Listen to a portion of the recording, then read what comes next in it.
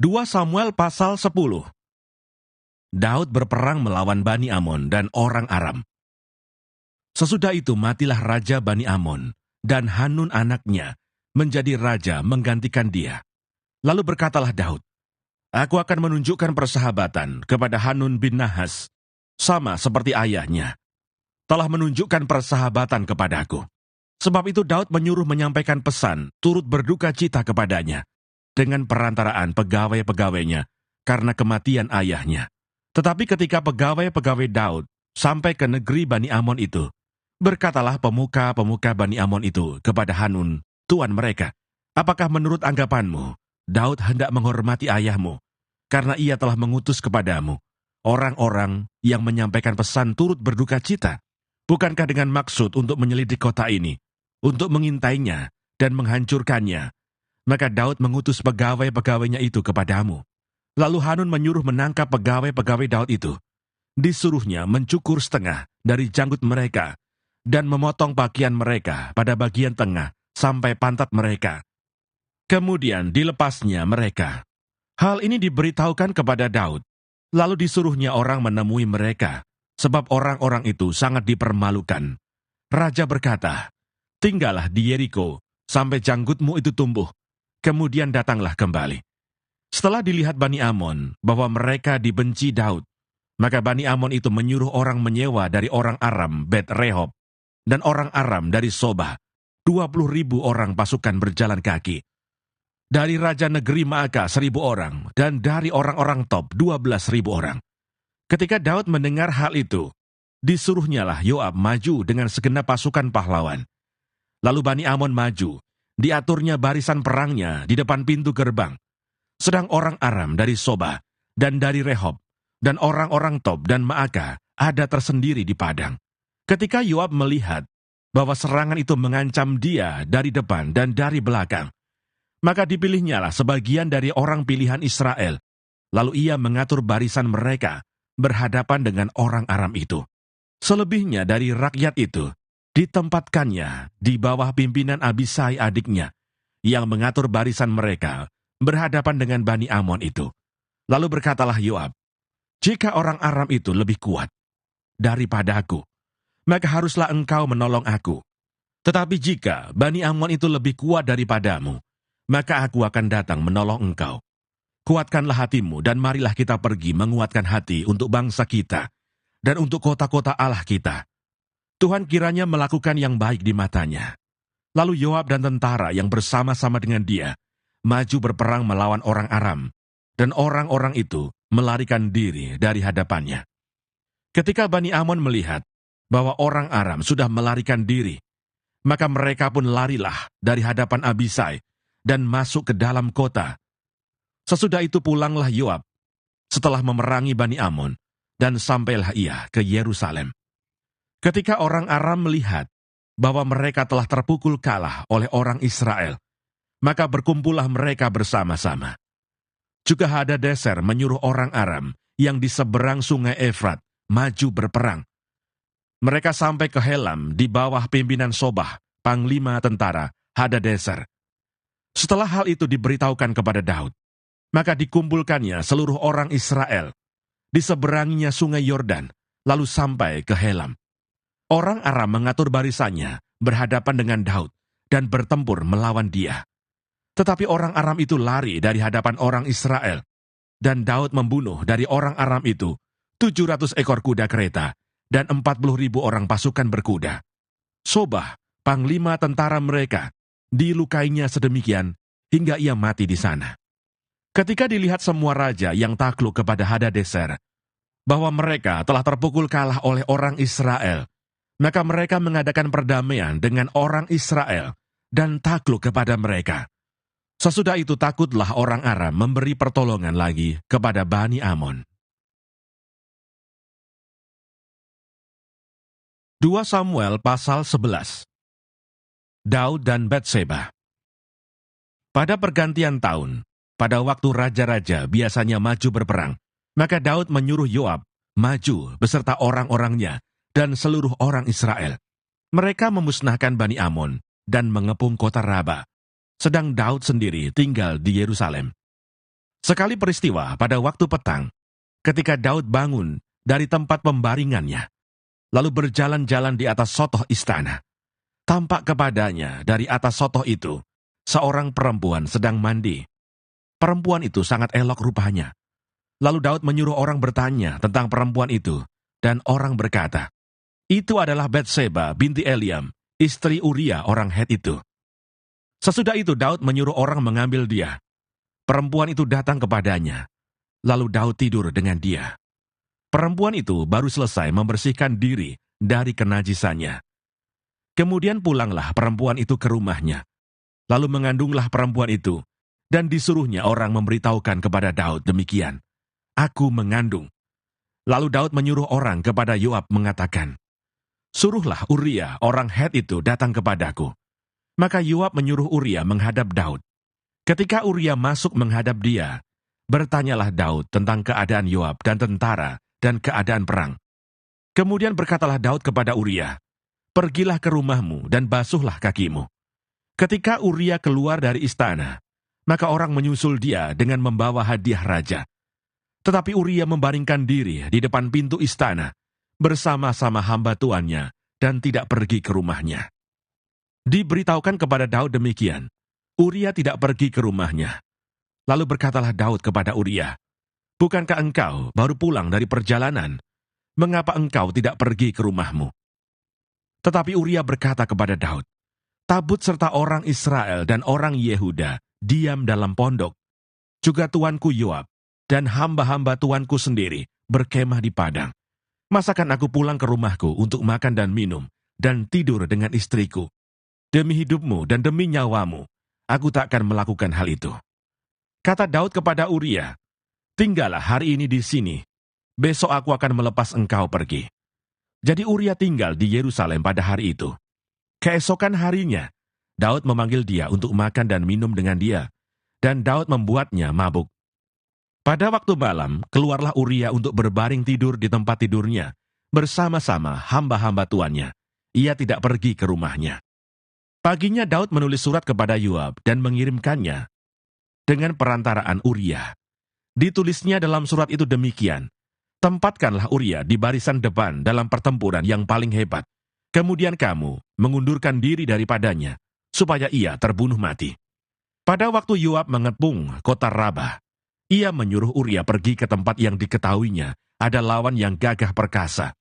Ketika orang-orang kota itu keluar menyerang dan berperang melawan Yoab, maka gugurlah beberapa orang dari tentara, dari anak buah Daud, juga Uria orang Het itu mati.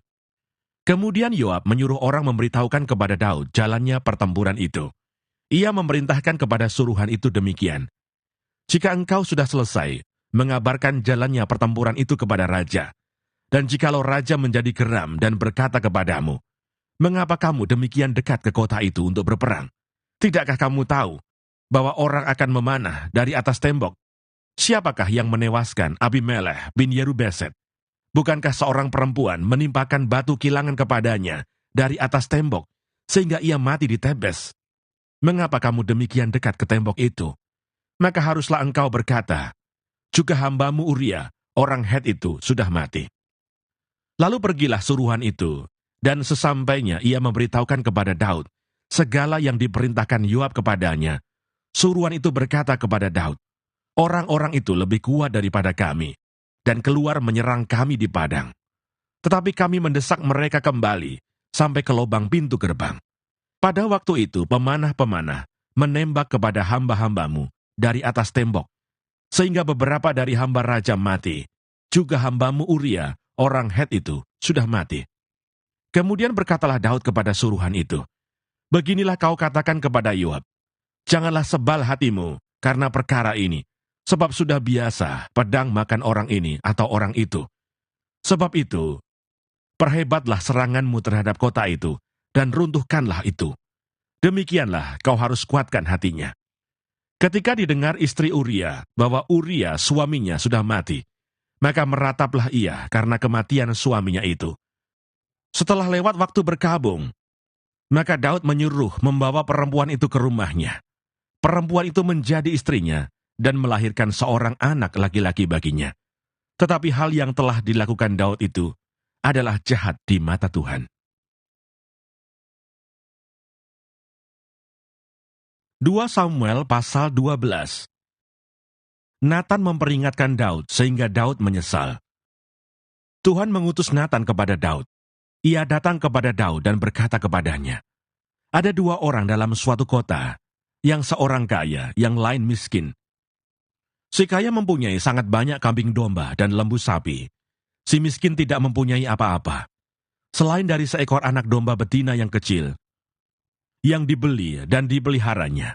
Anak domba itu menjadi besar padanya bersama-sama dengan anak-anaknya, makan dari suapnya dan minum dari pialanya, dan tidur di pangkuannya, seperti seorang anak perempuan baginya. Pada suatu waktu orang kaya itu mendapat tamu, dan ia merasa sayang mengambil seekor dari kambing dombanya atau lembunya untuk memasaknya bagi pengembara yang datang kepadanya itu. Jadi ia mengambil anak domba betina kepunyaan si miskin itu, dan memasaknya bagi orang yang datang kepadanya itu. Lalu Daud menjadi sangat marah karena orang itu, dan ia berkata kepada Nathan, "Demi Tuhan yang hidup, orang yang melakukan itu harus dihukum mati, dan anak domba betina itu harus dibayar gantinya 4 kali lipat, karena ia telah melakukan hal itu, dan oleh karena ia tidak kenal belas kasihan." Kemudian berkatalah Nathan kepada Daud, "Engkaulah orang itu. Beginilah firman Tuhan Allah Israel, Akulah yang mengurapi engkau menjadi raja atas Israel, dan akulah yang melepaskan engkau dari tangan Saul. Telah kuberikan isi rumah tuanmu kepadamu, dan istri-istri tuanmu ke dalam pangkuanmu. Aku telah memberikan kepadamu kaum Israel dan Yehuda, dan seandainya itu belum cukup, tentu kutambah lagi ini dan itu kepadamu. Mengapa engkau menghina Tuhan dengan melakukan apa yang jahat di matanya? Uria orang Het itu kau biarkan ditewaskan dengan pedang. Istrinya kau ambil menjadi istrimu, dan dia sendiri telah kau biarkan dibunuh oleh pedang Bani Amon. Oleh sebab itu, pedang tidak akan menyingkir dari keturunanmu sampai selamanya, karena engkau telah menghina aku dan mengambil istri Uria, orang Het itu, untuk menjadi istrimu. Beginilah firman Tuhan, bahwasanya malapetaka akan kutimpakan ke atasmu yang datang dari kaum keluargamu sendiri. Aku akan mengambil istri-istrimu di depan matamu dan memberikannya kepada orang lain. Orang itu akan tidur dengan istri-istrimu di siang hari, sebab engkau telah melakukannya secara tersembunyi. Tetapi aku akan melakukan hal itu di depan seluruh Israel secara terang-terangan." Lalu berkatalah Daud kepada Nathan, "Aku sudah berdosa kepada Tuhan." Dan Nathan berkata kepada Daud, "Tuhan telah menjauhkan dosamu itu, engkau tidak akan mati. Walaupun demikian, karena engkau dengan perbuatan ini telah sangat menista Tuhan, pastilah anak yang lahir bagimu itu akan mati." Kemudian pergilah Nathan ke rumahnya, dan Tuhan menulahi anak yang dilahirkan, bekas istri Uria bagi Daud, sehingga sakit. Lalu Daud memohon kepada Allah oleh karena anak itu. Ia berpuasa dengan tekun, dan apabila ia masuk ke dalam, semalam-malaman itu, ia berbaring di tanah. Maka datanglah kepadanya para tua-tua yang di rumahnya untuk meminta ia bangun dari lantai. Tetapi ia tidak mau. Juga ia tidak makan bersama-sama dengan mereka. Pada hari yang ke-7 matilah anak itu. Dan pegawai-pegawai Daud takut memberitahukan kepadanya bahwa anak itu sudah mati. Sebab mereka berkata, "Ketika anak itu masih hidup, kita telah berbicara kepadanya. Tetapi ia tidak menghiraukan perkataan kita. Bagaimana kita dapat mengatakan kepadanya, anak itu sudah mati? Jangan-jangan ia mencelakakan diri." Ketika Daud melihat bahwa pegawai-pegawainya berbisik-bisik, mengertilah ia bahwa anak itu sudah mati. Lalu Daud bertanya kepada pegawai-pegawainya, "Sudah matikah anak itu?" Jawab mereka, "Sudah." Lalu Daud bangun dari lantai. Ia mandi dan berurap dan bertukar pakaian. Ia masuk ke dalam rumah Tuhan dan sujud menyembah. Sesudah itu pulanglah ia ke rumahnya, dan atas permintaannya dihidangkan kepadanya roti, lalu ia makan. Berkatalah pegawai-pegawainya kepadanya, "Apakah artinya hal yang kau perbuat ini? Oleh karena anak yang masih hidup itu, engkau berpuasa dan menangis. Tetapi sesudah anak itu mati, engkau bangun dan makan." Jawabnya, Selagi anak itu hidup, aku berpuasa dan menangis, karena pikirku, siapa tahu Tuhan mengasihani aku, sehingga anak itu tetap hidup. Tetapi sekarang ia sudah mati. Mengapa aku harus berpuasa? Dapatkah aku mengembalikannya lagi? Aku yang akan pergi kepadanya, tetapi ia tidak akan kembali kepadaku. Kemudian Daud menghibur hati Batsheba, istrinya. Ia menghampiri perempuan itu dan tidur dengan dia. Dan perempuan itu melahirkan seorang anak laki-laki. Lalu Daud memberi nama Salomo kepada anak itu. Tuhan mengasihi anak ini, dan dengan perantaraan Nabi Natan, ia menyuruh menamakan anak itu Yedija, oleh karena Tuhan. Perang melawan Bani Amon berakhir. Yoab berperang melawan Raba, kota Bani Amon, dan ia merebut kota kerajaan. Lalu Yoab menyuruh orang kepada Daud dengan pesan, "Aku berperang melawan kota Raba, dan telah merebut pula kota Air. Oleh karena itu, kumpulkanlah sisa tentara, kepunglah kota itu, dan rebutlah, supaya jangan aku yang merebut kota itu, dan jangan namaku menjadi juga nama kota itu." Sesudah itu Daud mengumpulkan seluruh tentara. Ia berangkat ke kota Raba dan berperang melawannya, lalu merebutnya. Ia mengambil mahkota dari kepala raja mereka, beratnya setalenta emas, bertahtakan sebuah batu permata yang mahal, dan itu dikenakan pada kepala Daud. Juga diangkutnya banyak sekali jarahan dari kota itu. Penduduk kota itu diangkutnya dan dipaksanya bekerja dengan gergaji, penggerek besi dan kapak. Juga dipekerjakannya mereka di tempat pembuatan batu bata. Demikianlah juga diperlakukan Daud segala kota Bani Amon. Sesudah itu pulanglah Daud dengan seluruh tentara ke Yerusalem.